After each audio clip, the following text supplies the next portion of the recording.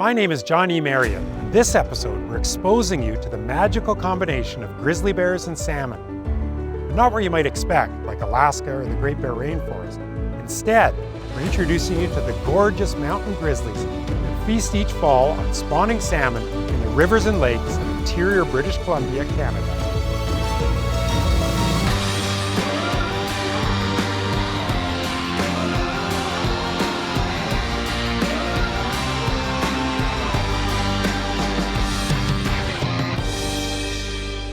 In 2008, I began visiting isolated pockets of wilderness in the interior of British Columbia to see what the bear viewing scene was like away from the coast.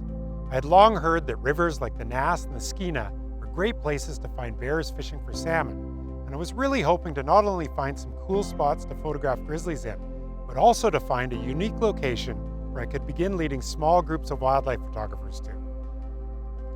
One of the areas I explored was the total opposite of the lush green coastal rainforest that I was so used to seeing bears fish for salmon in, and I was immediately smitten with the incredible potential it had for wildlife photography. It was a difficult to get to location with loads of salmon and piles of photogenic bears. My first encounter that year was with a really unique looking female grizzly bear.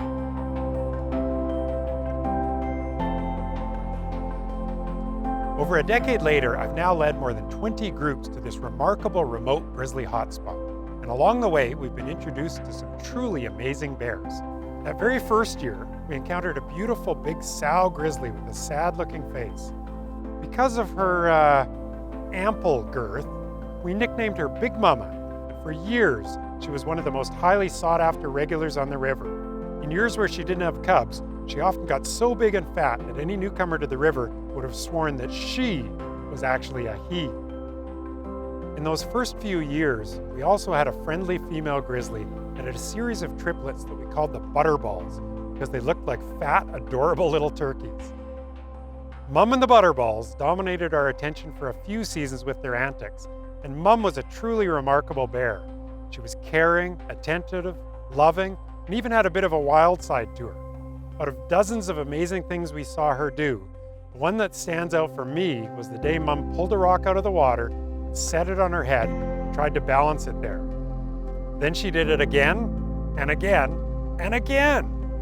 Each time seeing how long she could keep it balanced there, and whirling about in disappointment every time the rock fell off of her head.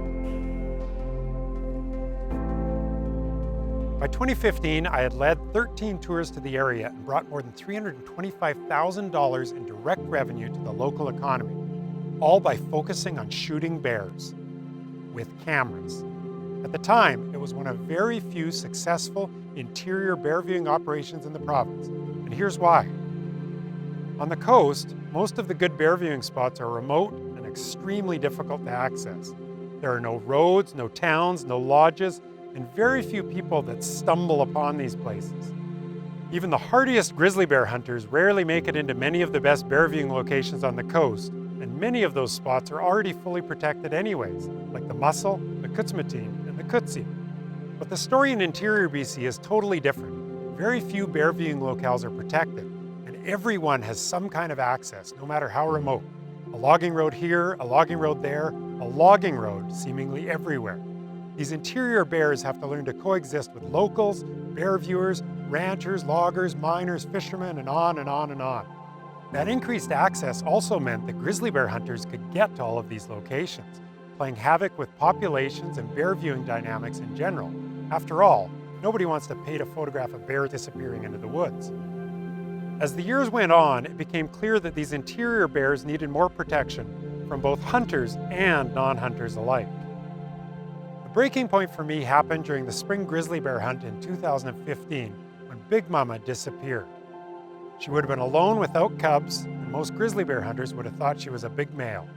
No one ever saw her again. The loss of Big Momma devastated me, and I decided right then and there to dramatically ramp up my efforts to shut down the trophy grizzly bear hunt in BC forever.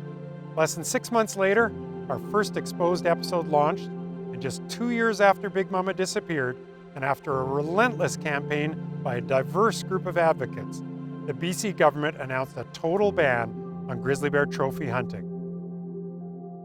It was one of the happiest moments of my career, and I know a lot of you felt the same way. I think it's pretty obvious watching these episodes that helping to save our wildlife is a sincere passion of mine, and probably yours too. And I think it's also important to point out that doing so can actually be good for the economy and for continuing conservation initiatives as we shift our focus to shutting down grizzly bear hunts in the US and the Yukon. As an example, my little 5-person tours in a brand new grizzly bear viewing spot have now resulted in direct revenues of over $600,000 going into the local BC interior economy. So imagine the possibilities that exist elsewhere in Canada and the US. In addition, starting this year, all commercial bear viewing operations in British Columbia will be selling $25 bear viewing licenses to their bear viewers. That money will all go directly back into grizzly bear conservation and habitat protection, instantly outstripping any financial contributions that the grizzly bear hunt used to make to provincial bear conservation. However, as we saw in episode 9, which highlighted the troubles with mass tourism in Banff National Park, us humans really have to be extremely careful not to love our wildlife to death. In the case of bear viewing, we need strict regulations and guidelines in place and the ability to enforce them. We need to protect far more habitat. Why do we still have only one grizzly bear sanctuary in all of Canada? Why don't we have more of these protected areas where there can be a bit of bear viewing, like the Chilcotin, but where the vast majority of the habitat is off limit to humans? At this point in history, it's clear that the top threats to our wildlife are all human related, including habitat loss and degradation, overfishing, and overhunting. In fact, a recent report from the World Wildlife Fund shows that there has been, on average, a staggering 60% reduction in wildlife populations around the world in just the past 40 years. If this trend continues, the effects on our human population and the planet itself will be devastating. Our mission with Exposed is to educate and inspire you to help us fight for our wildlife. We want you to get involved.